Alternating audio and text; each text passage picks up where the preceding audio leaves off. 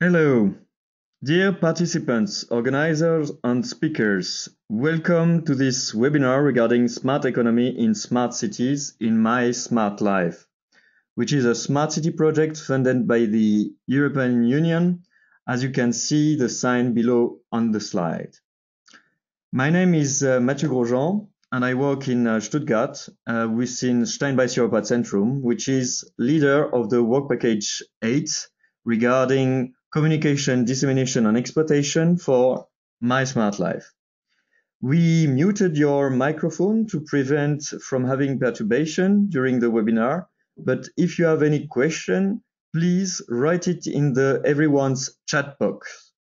Please also note that this webinar is recorded for the mySMARTLife website and its YouTube channel. First of all, let me present you the structure of this webinar before we dive down to the project. We will start with an introduction regarding smart economy realized by Dr. Francesc Padró-Bosch from ESADE. Then we will look at charging stations and smart economy in Hamburg with Timo Poulsen from the company Stromnetz Hamburg, who works for the borough of Bergedorf. Afterwards, Séverine Champ from Engie will present its smart economy experience in Nantes with the activity Smart Lighting. And then we will see how retrofitting used the smart economy concept in Helsinki, thanks to the presentation of Mikko Martikka from the city of Helsinki.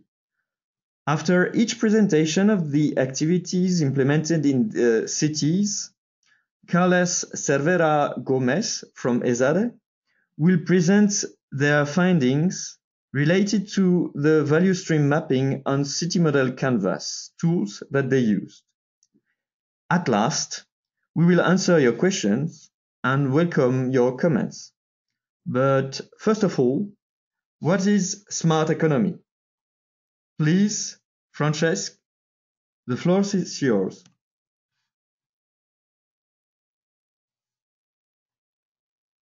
Good morning, everyone. First of all, on behalf of ESADE, which is in charge of developing business models in mySMARTLife, I would like to thank Steinbeiß for inviting us to participate in this webinar. As Mathieu said, I will try to give you a theoretical introduction to a smart economy. But before that, let me say that what we are going to present is the result of a collaborative work developed between mySMARTLife Lighthouse Cities and ESADE Business School. It has been a pleasure to share efforts with these three lighthouse cities and their representatives. So thank you very much, all of you. Next slide, Mathieu. In terms of a smart economy, we can ask ourselves, what is the role of municipalities? And I would say that they have to create, deliver, and capture public value. Public value, and this is a very important question, is created when the goods and services offered to civil society are greater than cost of producing them. Next slide. And we really believe that cities can do it. And it means that we believe that cities can produce public value using the idea of business models. Next slide. Here the question is, what are business models? If we focus our attention on companies rather than in public administrations, business models can be understood as stories about how enterprises make money delivering value to the customers at an appropriate cost. And this is another important thing. the question of an appropriate cost. Next slide. At this stage, what is important is to highlight that a business model is not a business plan. And in fact, business plans try to demonstrate the business model, estimating the financial viability of a business model and paying special attention to the cash flow. We could say that business models lie into the intersection of a strategy and entrepreneurship, reinforcing the connection between both fields, suggesting a more central place for customers and emphasizing the importance of pilot implementations, as we are doing in mySMARTLife project. Here in this slide, you have 5 key questions that we think that can help us on understanding the logic behind the business models. Next slide, please.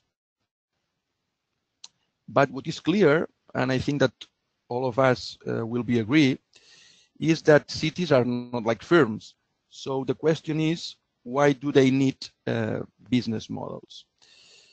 Next slide, please. As you can read in the slide,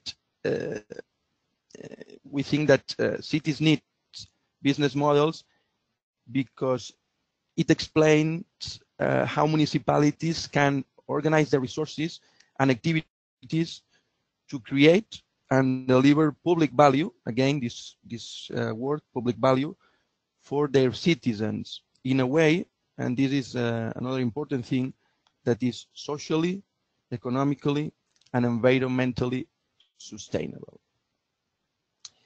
In that sense, it is supposed that this value addresses citizens and other stakeholders' concerns, as could be environmental protection, security and safety matters, social inclusion, poverty, energy, among other aspects. And in order to develop these business models, we want to introduce a couple of tools, the tools that you have in this slide, the value creation ecosystem and the city model canvas, both of them developed by our team. And here I want to highlight also the role played by Dr. Jordi Vinaixa and Dr. Krista Timeus.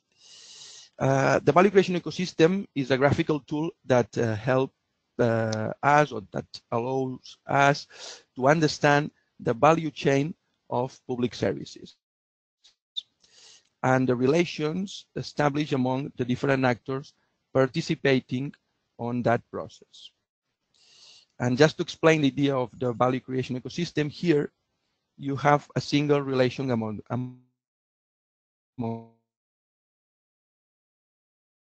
actors with value for someone that needs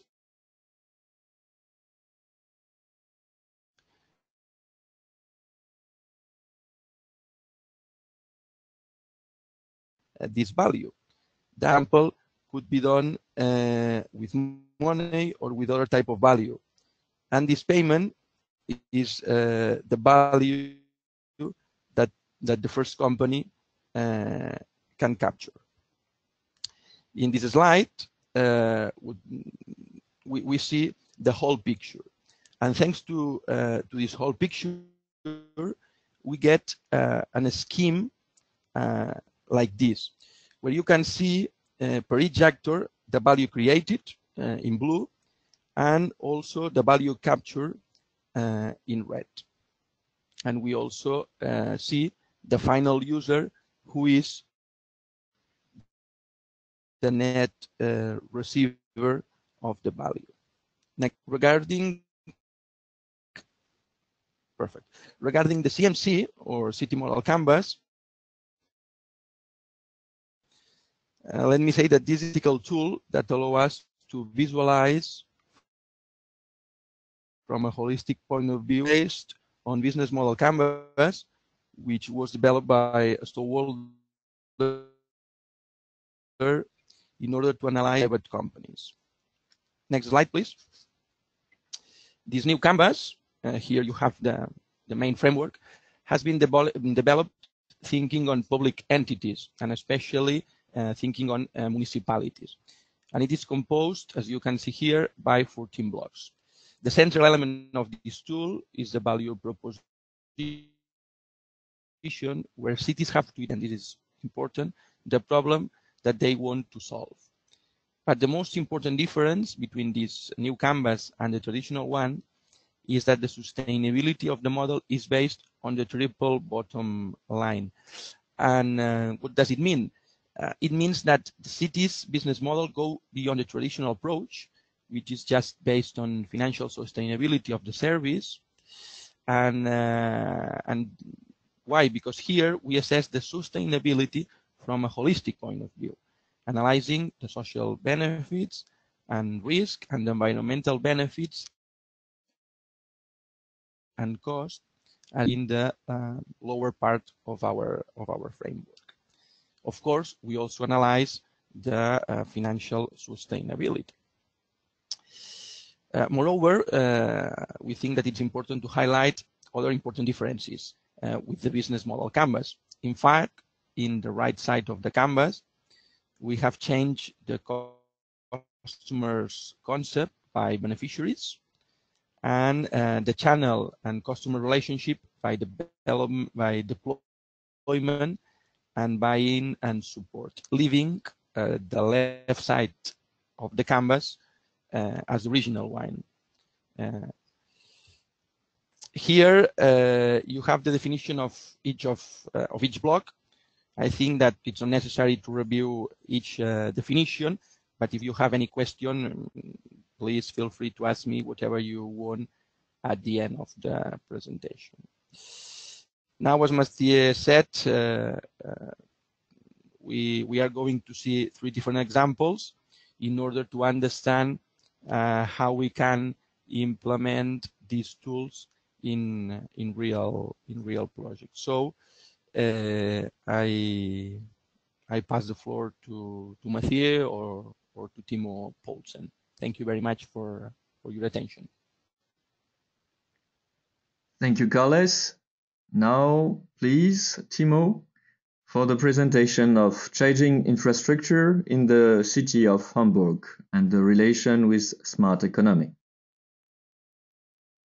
Timo, the floor is yours. So, good morning, everybody. Yeah, can you hear me? Yes, no problem. Perfect. Okay, perfect. So, good morning from Hamburg. My name is Timo Poulsen. I'm working at Stromnetz Hamburg. We are the grid operator in Hamburg, and we're 100% belonging to the city of Hamburg, and that's maybe the point why we're doing this. And so I would like to give you a short overview about our action, about the intervention charging infrastructure in Hamburg, because Hamburg worked on a really clear model how to roll out public charging infrastructure for electric cars. So that would be like a really good point in this presentation to give you an overview, maybe to if you're planning or if you are working on. I'm sure you're working on charging infrastructure, because everybody needs to work on a charging infrastructure, public charging infrastructure. So first of all, I'll give you a short overview about our actions in mySMARTLife and the project, and then I will give you like an overview of what has happened in Hamburg to install all these public charging infrastructure, and to give you maybe like a lot of space to ask questions. Yeah, we're not just doing like public charging infrastructure. We're also doing like private infrastructure. So we are making business as well, and we're like we're acting as a player for Hamburg, for the city of Hamburg. So our activities in this project can be divided in 2 groups, into this private part and this public part. If you look at our actions, it maybe reflects how in what fields we are like learning at the moment, or need to develop our business, and need to do research and development, and because these are core fields for the market ramp up that is going on. So to go through, it's just fast charging stations. So we are in Hamburg, we've got a deployment of normal infrastructure. It's AC infrastructure and DC triple fast charger. So we had in this project a special view on this high performance area and this project area to implement such charging stations over there to face the demand we've got in this in Bergedorf, in this part of the city. We're doing this project.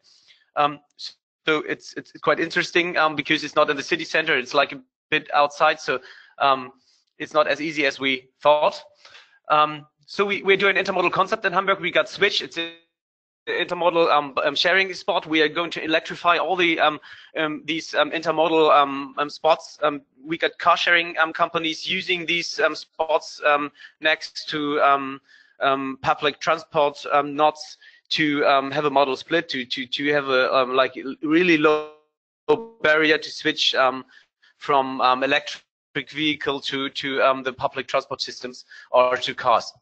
We got charging infrastructure for residential quarters, because residential quarters are like one of the most important, or the real estate branch is one of the most important partners to reach the goals that electromobility has got to like to provide charging infrastructure for private owners to like give this market ramp up for e-vehicles a strong support. We got load management because we are a grid operator. We are always talking about load management. Electromobility will be like a challenge for our grid as well, for the public grid as for the private grids, because it's going to be there will be a lot of new capacity will be needed in future. So it's also a point of cost. And we've got parking space detection to make it like to fast ending, because we want to set up we want to give companies and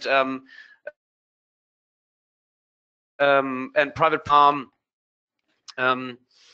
assurance or for the access of the charging infrastructure.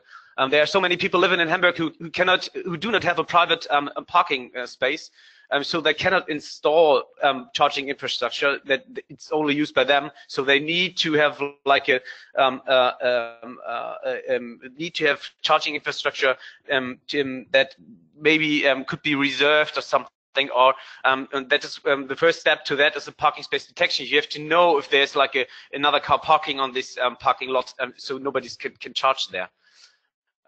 So that was like really fast because of 5 minutes. That's what we are doing. And I want to go into this first one, the fast charging stations, just to give you an overview of what happened in Hamburg, because Hamburg was like, I mean, like if you compare Germany to other European companies, maybe we are not like as good as we would like to be with charging infrastructure and like with the EV market, but we are accelerating at the moment. And in Hamburg, Hamburg is one of the best practices for Germany, because we started really early, because Hamburg has got the understanding that of an early market for electromobility. We had a really good political support to break this to face this pan-egg problem. There are no cars because there's no infrastructure. There's no infrastructure because there's no cars. So we were really lucky in Hamburg to have like really at a really early stage of the market the decision that we are going that the city will like get into this invest of public charging infrastructure. And so it's really good case for all these smart economy and business models that are transferring to cities, to city aspects, because in this case with charging infrastructure, you have to deal with a lot of market partners. So you have to be really careful not to get into competition or just to accelerate this market, just to give companies and players the possibility to get their products on your charging infrastructure, for example, to sell e-mobility or mobility products, to sell energy, and this without any discrimination of any market partners. So that was how Hamburg was started, and so they took a decision. The master plan was developed. It's like 50 pages document why Hamburg is going to invest for this infrastructure, how it's going to be, what are the requirements and needs of the early market of the citizens of Hamburg. So they took this decision for the master plan electric charging infrastructure Hamburg, and this is the basis for the activity we're still doing right now. We got a contract. There was a contract between Stromnetz Hamburg as a grid operator and the city of Hamburg. So we took over all the charging infrastructure that were built in projects from 2009. So that was the starting point. It has been about 50 locations, 100 charging points, and from that on, we got this deployment and ramp up to last year in October. We were at 600 charging points, and next year we'll reach 1,000.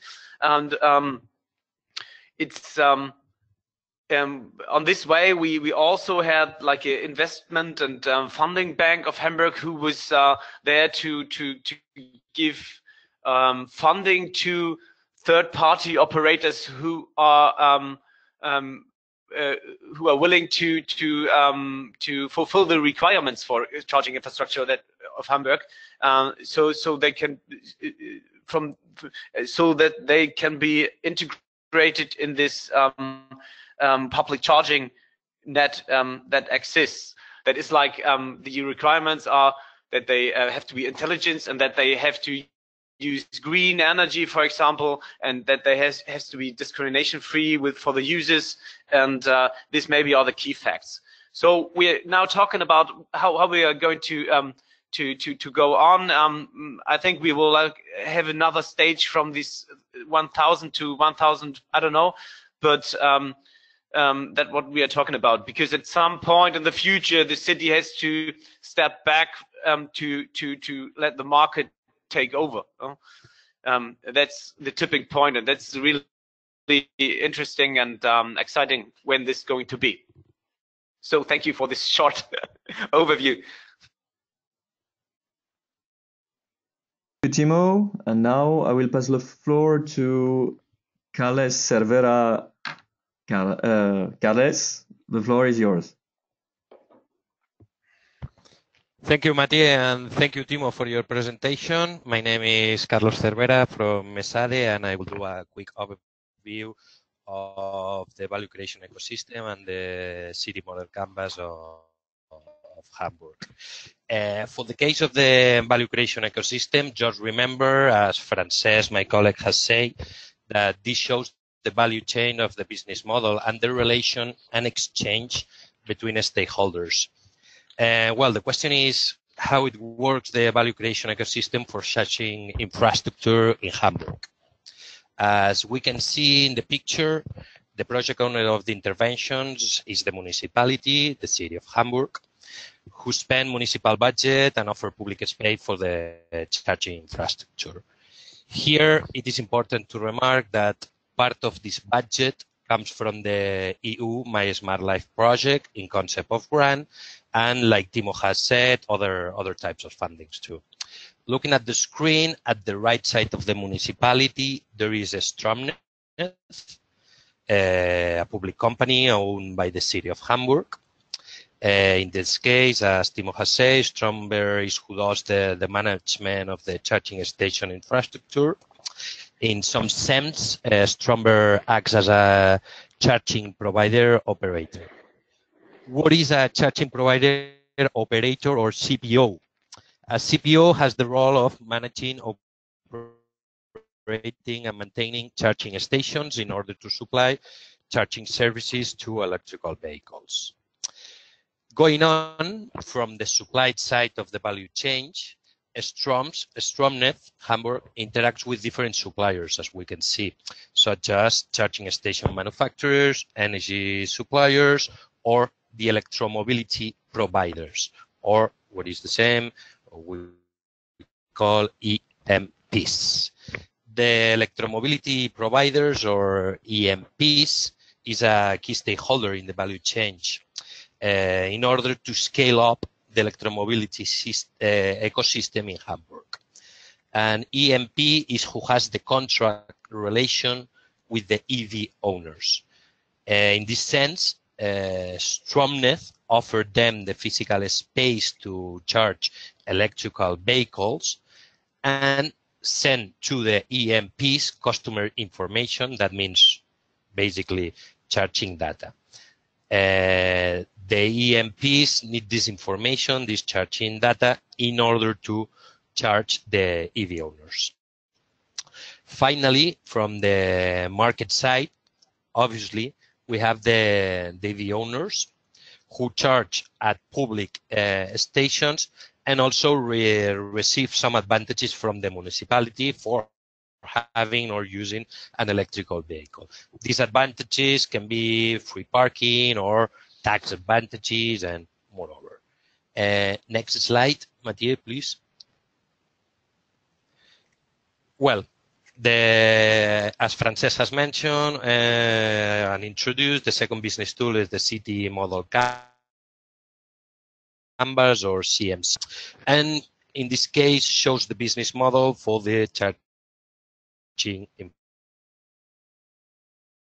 infrastructure. Have highlighted in red from the CMC. The first one is at the top, the mission statement. The mission statement is the ultimate goal that the city seeks to achieve.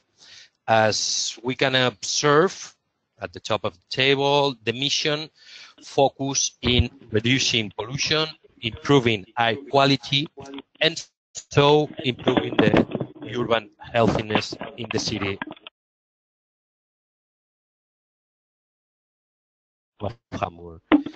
Keeping on, the central element of the business model is the value proposition. The value proposition states the specific goals to solve or to improve. In this sense, the value proposition of Hamburg wants to promote and facilitate the use of electrical vehicles. The city of Hamburg is developing an important role in this sense in order to develop and impulse the electromobility ecosystem in the city. Among the different aspects they want to tackle, they focus in fast charging times, flexible charging structures, or parking detection. We believe these aspects clearly provide a better user experience for electrical vehicle owners. On the right side of the table, what we call the delivering side,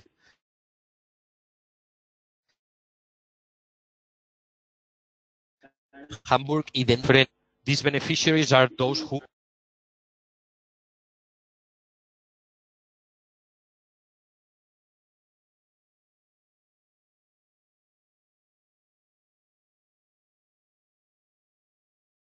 Hello, do you hear me? Yes, can you start again? Yes. Yeah, okay. Because I don't know what happened, but okay. I will start where I was. I was talking about the beneficiaries. Okay.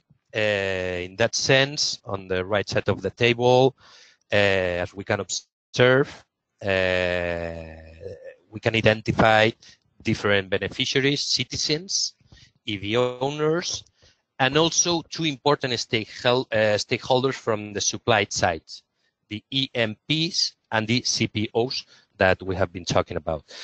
The reason to incorporate these stakeholders as beneficiaries is that an improvement of the electromobility ecosystem in Hamburg, as Timo has mentioned before, implies offering marketplace and opportunities to operate to these stakeholders. Going on the left side of the table, what we call the producing side, we can highlight, for example, the monitoring and evaluation activities. These are, among others, these activities are crucial to validate the outcomes of the interventions. Furthermore, keeping on the producing side, just below the box of activity, it is important to count with a city strategy as a key resource. In the case of Hamburg, this one is represented by the master plan elaborated in 2015. As Timo said, they had started before in 2009, but it's important to remark that they have a master plan elaborated in 2015, and this plan also reflects another important resource, that is the clear and strong leadership from the city, let's say a political involvement. The next part of the CMC is the triple bottom line, down in the picture. This lies in the cost revenue stream, environmental cost benefit, and social cost benefits. In general terms, as we can observe, environmental and social benefits on the right side are higher than cost. We believe that these benefits counteract the budget cost, which are high, or we consider that are high in terms of investment and OPEX cost. From the side of revenue or sources of revenue stream, the model presents different streams, such as the EU grant. This is a short-term revenue stream, municipal taxes, and maybe in the future, possible fees that CPOs or EMPs could pay in the future to operate in the city. Just to sum up, from a smart economy point of view, we think, as mentioned before, that the high initial investment made by the city will bring many benefits. And as Timo said, we think that this will set out the conditions for an attractive place to operate from the supply side. That means to operate for CPOs and AMPs as well as other operators. Thank you, Carles. Thank you very much for your attention. Now we will pass to the next activity, Smart Public Lighting, presented by Séverine Shaw. So, Séverine, the floor is yours. Good morning. I'm Séverine Shaw. I'm a public lighting engineer for NV Ineo, and I work on this project with Nantes Metropole. Next slide, please. The perimeter chosen for our action is a pedestrian zone mixed with inhabitant and festive nightlife. And we have three aims here. First, to monitor energy, to optimize maintenance and energy consumption. The second one is to ensure the availability of public lighting in detecting breakdown in real time. And the third one is to adapt lighting to the needs. We wanted to create different atmospheres between inhabitants, nightlife, or special events. For that, 65 lamp posts were equipped with nodes for public lighting control, and 9 of them with presence detection. We also install private lower networks to make the nodes communicate. Besides, 44 classic lampposts with discharge lamps were replaced by LED lights. It permits to save 78% of energy consumption and CO2 emissions. Next slide, please. To adapt lighting to the use, for dimming, turn on or off the lamppost, you need to have remote nodes on each lamppost, and sometimes you need also to combine with presence detection. And to receive data from node, we need to have a communication network. Here we choose LoRa network because it permits to add other capture, for example, meteor or noises capture, but it could be something else. So to scale up this action, we need to define the needs because technical solution could be different in function of the needs. For example, a modulation of light or security or energy saving. And the solution can be different. For example, only detection, presence detection, or only control in electrical cabinets. Thank you for listening. Thank you very much, Severin. Now we will pass the floor to Carlos Herrera Gomez for the business model canvas on the value stream mapping. Thank you, Mathieu, and thank you, Severin, for your presentation. The first business tool, the value creation ecosystem. Well, how it works for the case of public lighting in Nantes. As we can see in the picture, the project owner of the intervention is the municipality, Nantes, and is who spend municipal budget for the public service of lighting through municipal taxes and also grants from the EU mySMARTLife project. For the case of the pilot intervention, ENGIE, an energy company that represents the major electricity, gas, and energy services provider of France, and as Severin said, a project partner from mySMARTLife project, is who assumes the role of project manager. This is, like I said, a role just for the pilot intervention. And for the case of scaling up this type of interventions in public lighting, the management, operating, and maintaining activities of the public lighting service are outsourced through private companies. Going on, from the supply side, ENGIE interacts with different suppliers, such as we can see, lamppost manufacturers, digital companies, or sensor manufacturers. In this sense, digital and sensors companies are crucial in order to offer and to provide smart solutions to optimize the service with a huge impact in energy savings.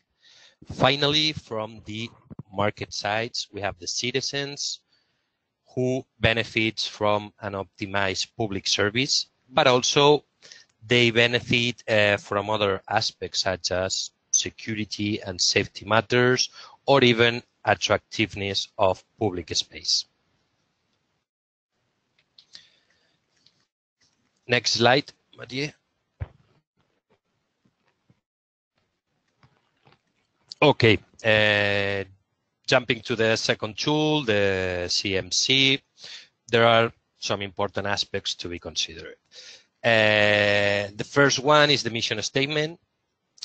As we said before, this is which are the ultimate goals, and as we can observe at the top of the table, the mission focus in reducing greenhouse emissions and improve the reliability of the city's public space. Following, in the center of the table, we have the value proposition. In that sense, Nantes wants to improve the public service through optimization, energy efficiency measures, and reducing the energy consumption. Obviously, in that sense, the use of LED lamps and the optimization of the service will clearly influence in the energy consumption. Going on the right side of the table and the delivering side of the model, we can mention that the direct beneficiaries are citizens. Obviously, in that sense, depending on the allocation of the smart lighting infrastructure, this will benefit different types of targets. Let's say pedestrians, cyclists, or even car drivers. Following the delivering part of the model, it is important to highlight the political budget. This is an important aspect. Why? Because the alternative of not doing anything is keeping offering light. What it means this, we'll try to explain myself. The fact is that the public service of lighting is already going on and functioning in cities, and could not be a priority use for the political agenda because, as mentioned, already works. This is one. In that sense, it's important to have the political budgets. Moving on the left side of the table, what we call the producing side, we can highlight, for example, the monitoring and evaluation activities. These activities are crucial to validate the outcomes of the intervention. As mentioned before, smart lighting could not be a priority policy because the service already works. So it is crucial to monitor and evaluate the outcomes of the intervention to see which are the savings, and in order to push the political agenda in this direction. Following, we have the last part of the CMC, the triple bottom line, which lies, as mentioned before, for the case of Hamburg, in the cost revenue streams, environmental cost benefits, and social cost benefits. In general terms, the replacement of lampposts, as Severin has mentioned, the use of LEDs and also the monitoring through sensors, need a high initial investment. In this sense, the high initial investment or the CapEx cost are quite high. Furthermore, the sources of revenues are not high because we have the municipality taxes, the energy, maybe also the energy saving certificates, and obviously in a short term the EU grant. But what is important to highlight is that the smart public lighting has huge savings for the municipal budget. For example, in the reduction of infrastructure, operating and maintaining costs, or of course in energy bills. These savings can contribute to achieve short periods of paybacks, understanding the word short under a public view. In that sense, depending on the interventions, paybacks, as many research and scholars have mentioned, are between 4 and 8 years. But this is depending on the type of intervention. Finally, it is important to highlight that some of these features can be used in smart solutions to monitor, can be seen as an intrusion in privacy concerns by citizens. This is something important, and we recommend to always to tackle this problem about privacy concerns, to incorporate the citizens in the decision process to avoid this situation. Finally, to sum up, from a smart economy point of view, we think, as mentioned, that the high initial investment made by the city will bring many benefits for citizens in terms of security and safety matters. Also in real-time information or new solutions, thanks to the data gathered. But also we think will have a huge impact in reducing municipal budget and a huge impact in reducing environmental costs. Thank you very much. Mathieu? Thank you very much, Carles. So now we will move on to the city of Helsinki with Mikko Martika. And then I pass the floor to Mikko Martika for the retrofitting of the city of Helsinki. Mikko? Thank you, Matthew. Good morning, everyone. This is Mikko Martika from Helsinki. I work for the city of Helsinki, and my role is to be the project manager for the Helsinki Consortium. As mentioned, I will quickly jog us through the topic of retrofitting.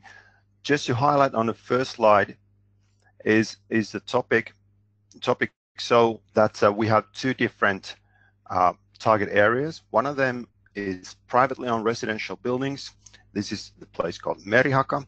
And then we have the Viikki Environment House, which is an office building where the actions actually go well beyond heating control, smart heating control, and it's about holistic energy management on the entire building.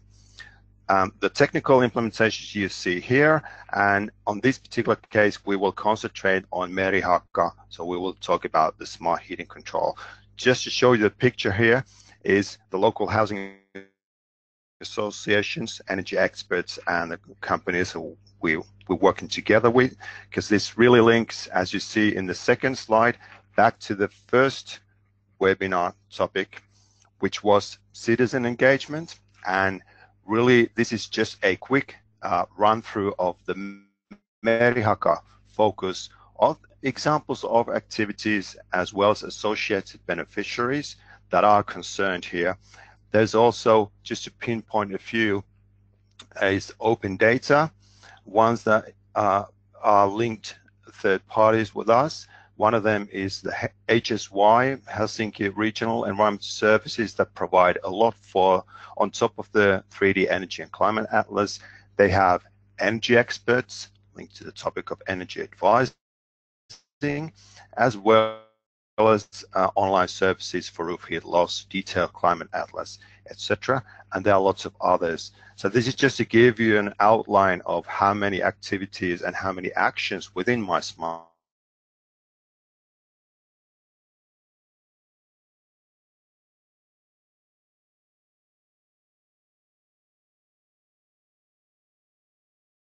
Mikko, we lost you, I think.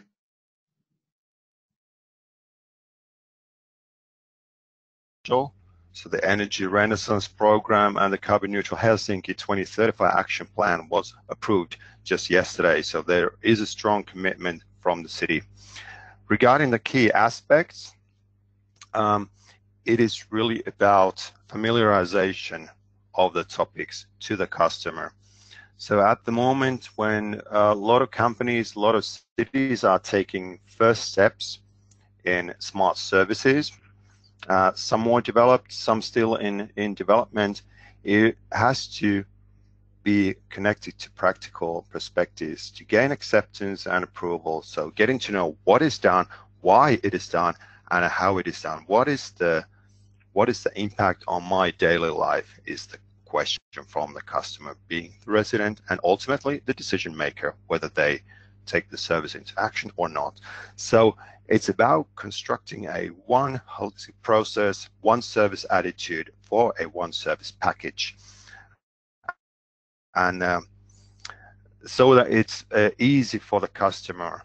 So this is really how to bring the engineering knowledge together, accompanied with the sales approach for proper impact, and delivering this properly with a climate smart and functional perspective to the citizens. I think this is one of the points that needs to be mentioned. Now you see in the next slide something that we've utilized already, the smart economy perspective from mySMARTLife. The color codes here, the blue represents the energy company, the grid provider, of course, Helen, and the orange goes for the Merihaka Smart Service Control Cloud Integration Service company called Salusfin.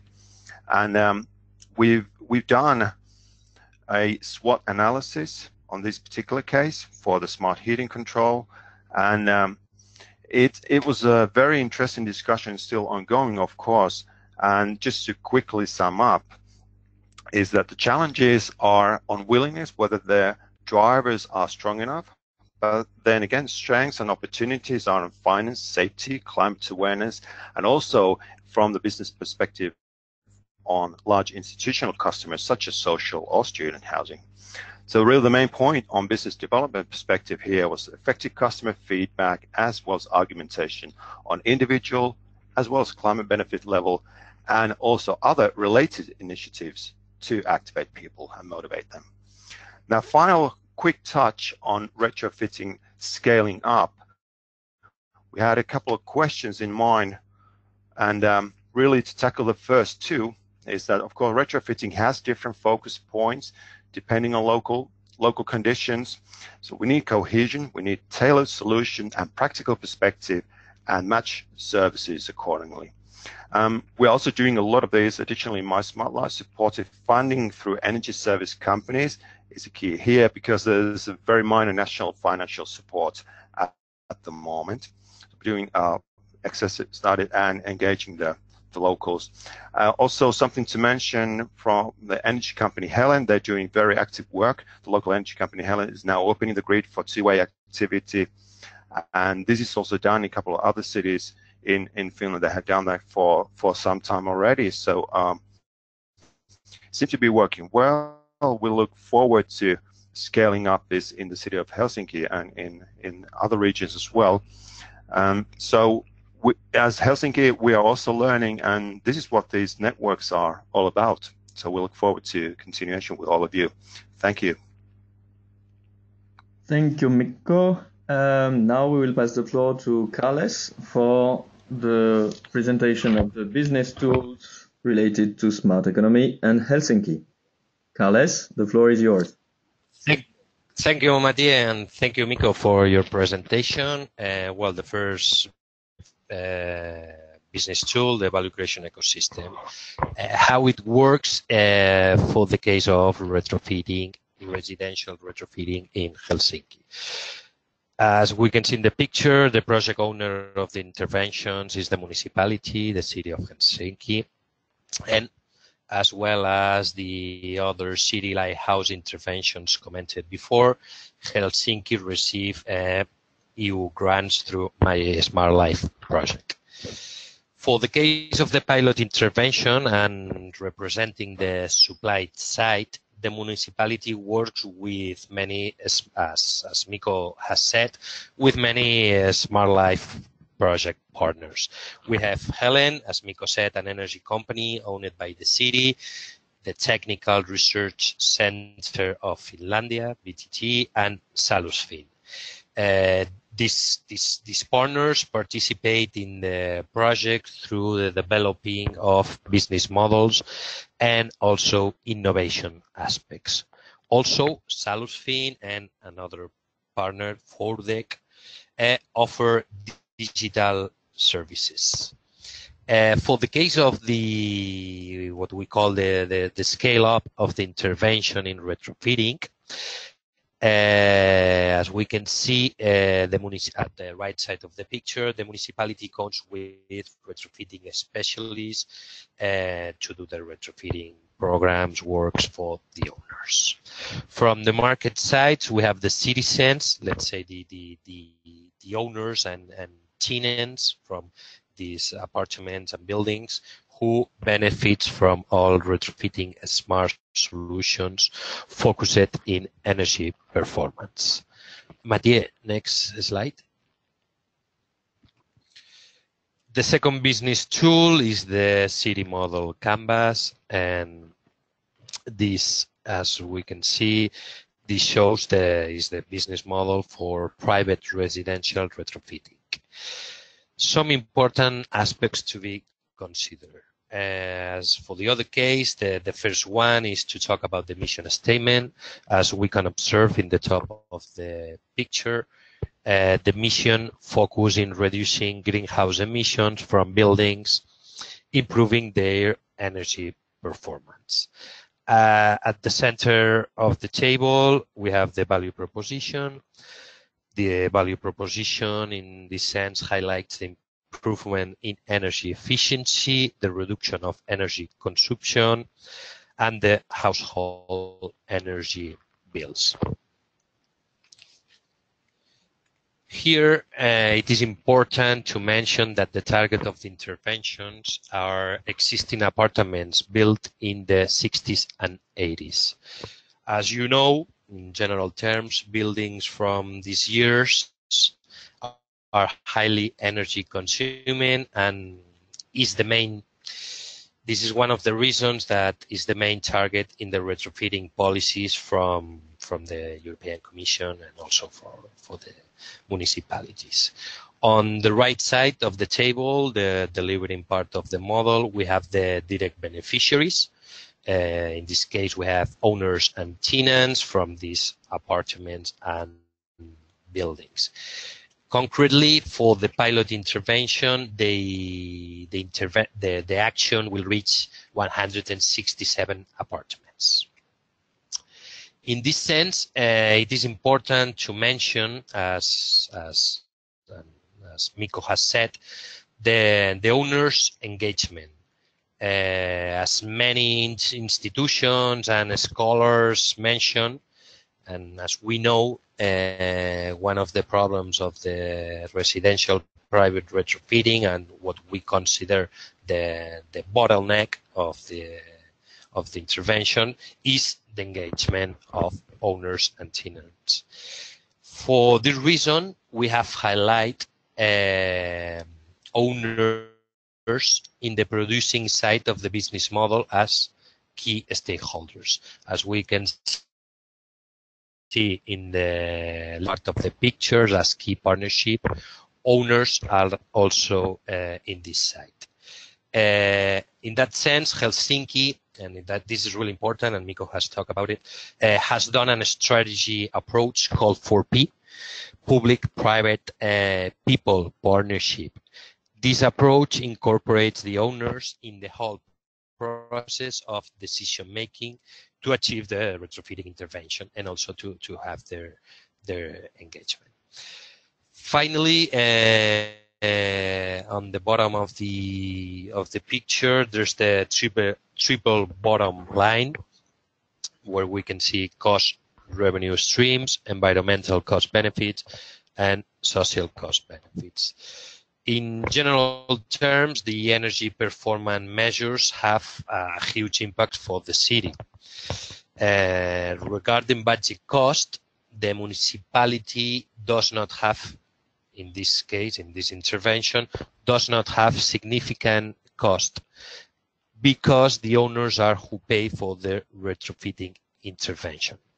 Obviously, as we can see in the revenue streams on the right side, the interventions have or count with the EU grant, which benefit the owners. The important aspect of the triple bottom line is that the environmental and social benefits, as we can see, are higher than cost. Despite this, we think it is important to highlight one possible social risk. This is what we call, or what literature calls, the gentrification process. This is an increase of the apartment's market value due to the retrofitting intervention.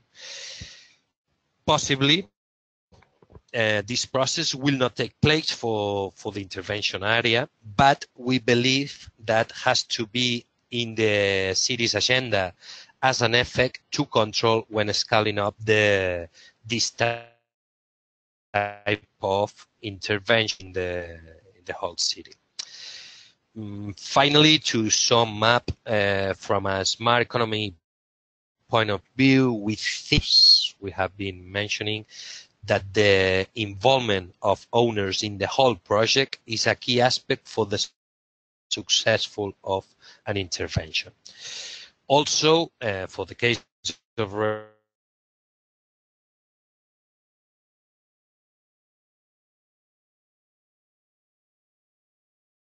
retrofitting, in order to think, it is important to have different type of resources due to the need to arrive to all type of owners. Concretely, it is important in the case of low-income households.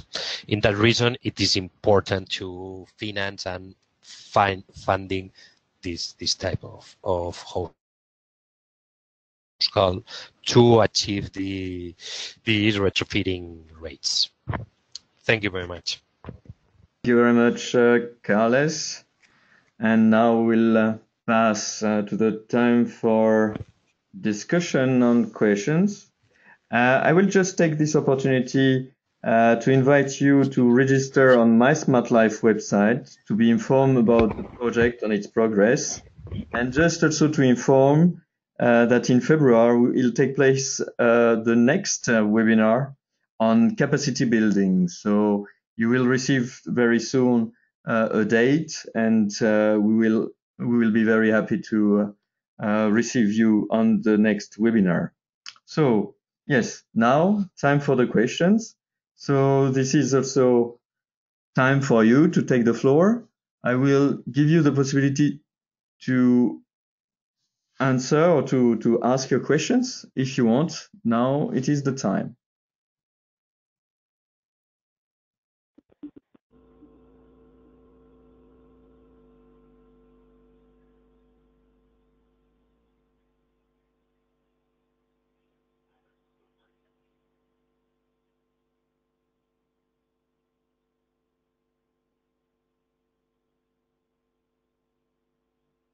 So if there is no question at the moment, I will maybe start with a first question, which is what is or was the added value of the smart economy methodology? And I think that maybe we could ask Timo Poulsen if he can answer.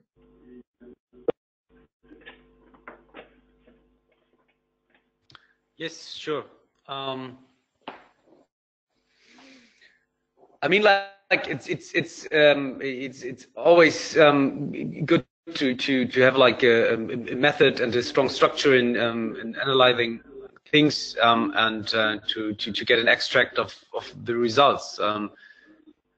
For me, it was like pretty interesting because I know all these methods from normally from consultancy companies who are doing business on consultants and like have a strong focus on business cases for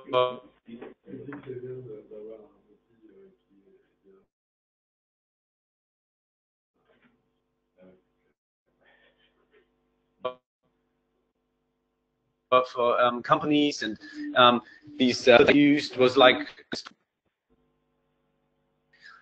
because before I thought, okay, you cannot, but in our case it was like so that was quite useful. So in future I think I will have a view on it, and it's a method that could be used for us, because we are like a service provider for the city of Hamburg. So, and it's always like something between public and to achieve public goals and to have like business goals, and this is strongly matching, I think. Thank you. Mikko, what about you?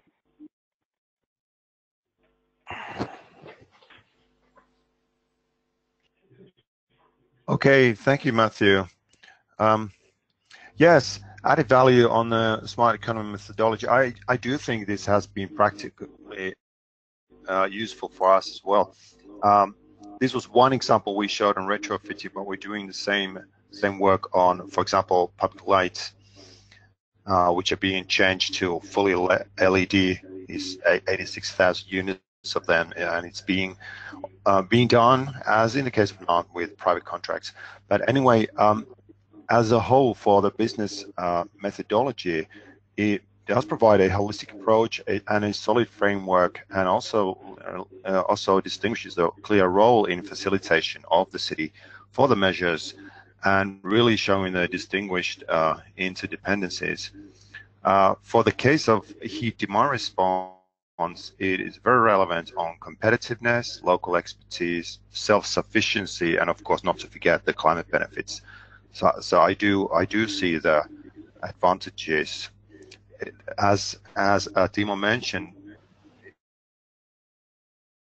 it is similar as has been used with consulting companies and in business for a long time already, and it's good to include these perspectives into the city's agendas as well. Thank you very much, Mikko. I think that now maybe Carles or Frances could have a short answer regarding the question. Hi, Mathieu.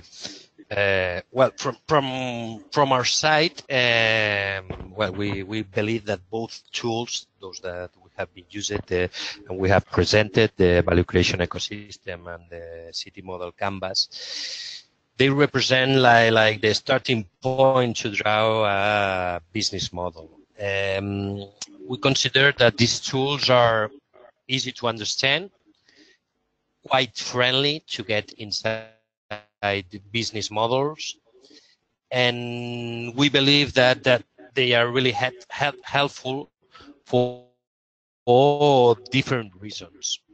One reason could be to underline key aspects regarding the, let's say, the value chain of the model, or to identify the key stakeholders or different activities in the producing value and the delivering value, and to set up the cost and benefits in social terms and also in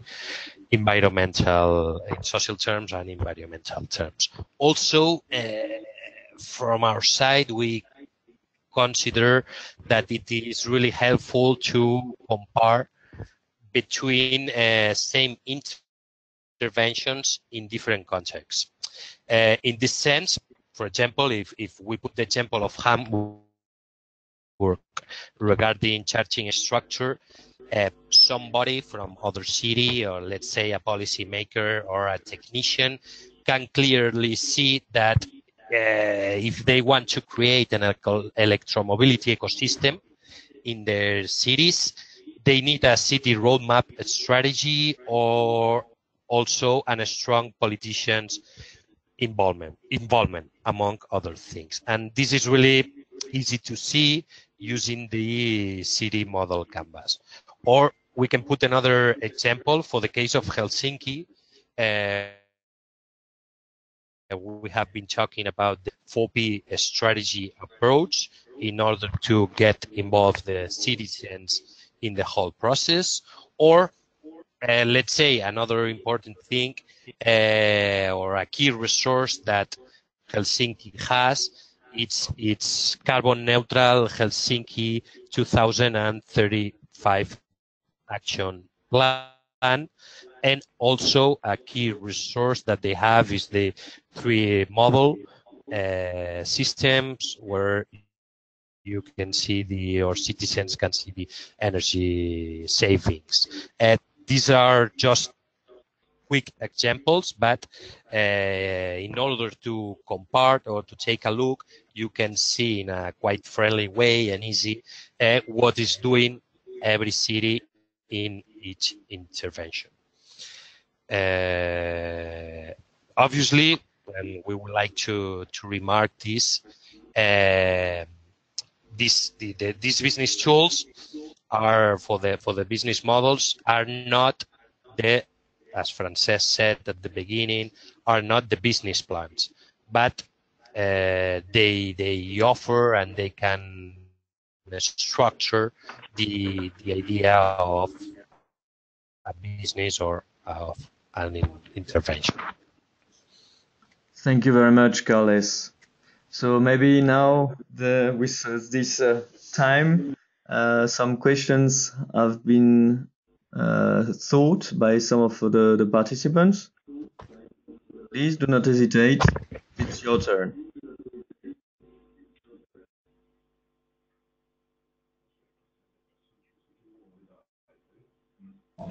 Hello, can you hear me? Can. Hello. Hi, it's Sam from Nottingham City Council. I have a question for Mikko. Okay. Hello, Sam. Hi. So I'm really interested in civic engagement, and I was wondering, how did you manage to get the interest of the citizens that you were working with, the customers, in the first place? And did you work with a small focus group throughout the project, or did you engage with a wider range of customers? Okay. Thank you for the very good question. And just to make sure, you are referring to the retrofitting activity of the residential buildings here. Yeah, that's right. Yeah, perfect. Okay. Yes. Excuse me. The way we did it was really, well, just to give you an outline of the citizen engagement work that was also referred to in the previous webinar. So Helsinki has been doing consistent work on this for a long time, and the public decision-making process is completely open, and the mayor has regular monthly meetings with the citizens in the different districts of the city, so they really go face to face, and this goes through the organization of the city. For the case of Merihaka, there were pre-pilots, so there were initial discussions with the smart service provider Salosfin, the energy company Helen, the National Research Institute VTT, and of course the city of Helsinki, from which perspective we bring the energy advisor, as well as the HSY, Helsinki Region Environmental Services, that have the energy experts education, and also, let's call it on the general scale, energy advising services. So this was the pre-work to get the first housing association aboard and get the pre-pilot. So we did the first installations, get the first feedback, the comments. Of course, this was preceded by a discussion on the idea, on the topic, what will happen in mySMARTLife, what is happening on the city scale, what are our largest scale city strategy objectives.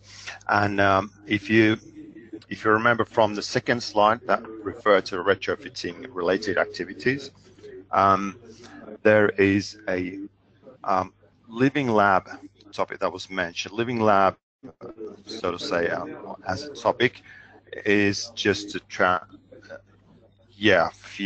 One more slide. There you go. Thank you, Matthew. I refer to the word of co-creation events, and also what Carlos mentioned, the public-private people partnership, and these are being done in Merihaka as well. And to support that, we have the open energy data services. So these are quite simply meeting events. We go discuss, we listen to, I think I will emphasize the word, we listen to the experiences and comments and daily challenges of the local residents. We have a housing association board members meetings where we participate, and a local real estate management company is also participating in these meetings.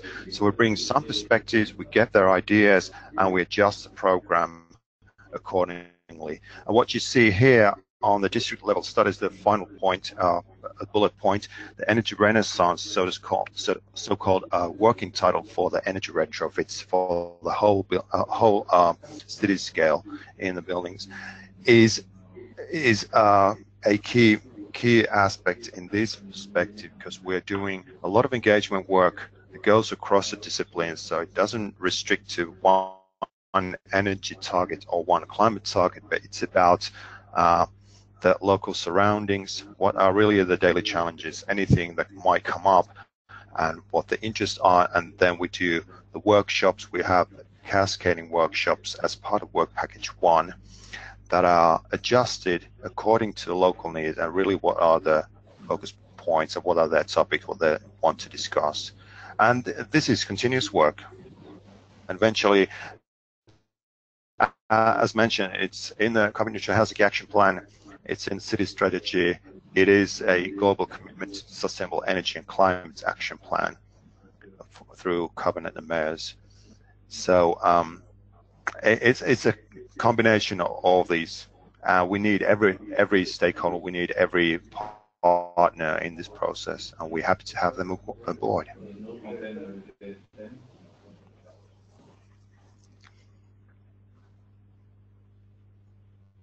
Very much for this question. Thank you, Mikko, for your answer. Is there still one question before we close this webinar?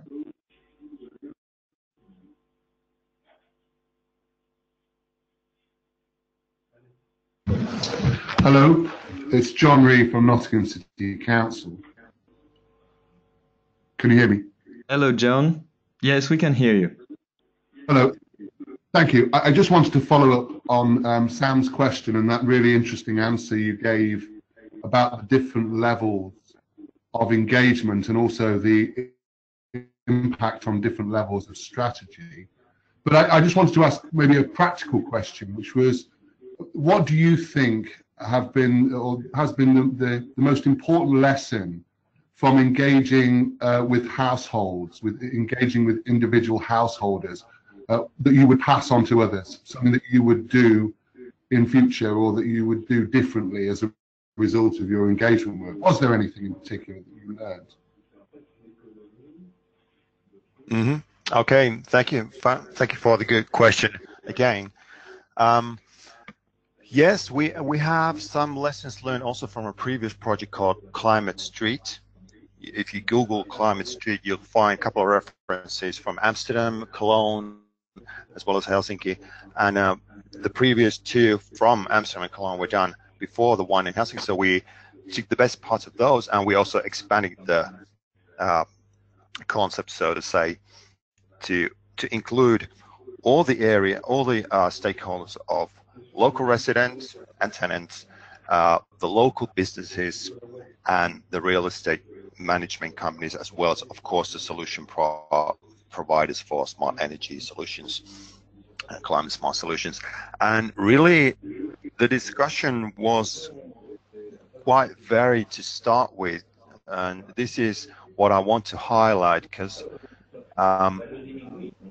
if you talk to the residents about what their daily chores consist of, what do they do, or their question on, if you're talking about the energy retrofit actions, they might ask, can I still make coffee at 8 a.m. in the morning, because that's when I'm used to doing that. And it comes down to really simple questions, well, not simple, but really important daily life questions. So really listening to them, and because another point is that it might not be the climate perspective, the climate question that it's the first one, but it's coming up. So once you get the ideas, what they are discussing, you can then try to integrate that with, hey, let's go to the same direction with the climate agenda.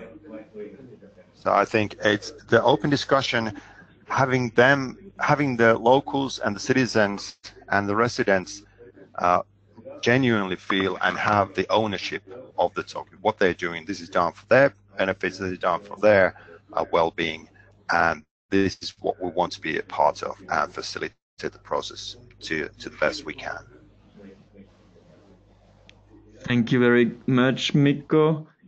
Maybe there is still a very last question.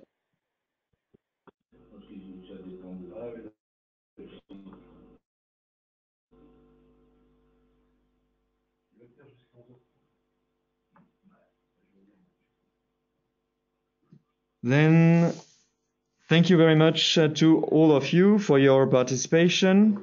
As mentioned at the beginning of the webinar, the recording of this webinar will be uploaded very soon on the mySMARTLife website and also on the YouTube channel. Since this is the last webinar for 2018, we wish you a Merry Christmas and a Happy New Year 2019, a little bit in advance. Thank you very much. Bye-bye. Thank you. Thank you. Thank you very much. Thank you very much. Bye-bye. Bye-bye. Thank you very much. Thank you, Mathieu. Bye-bye.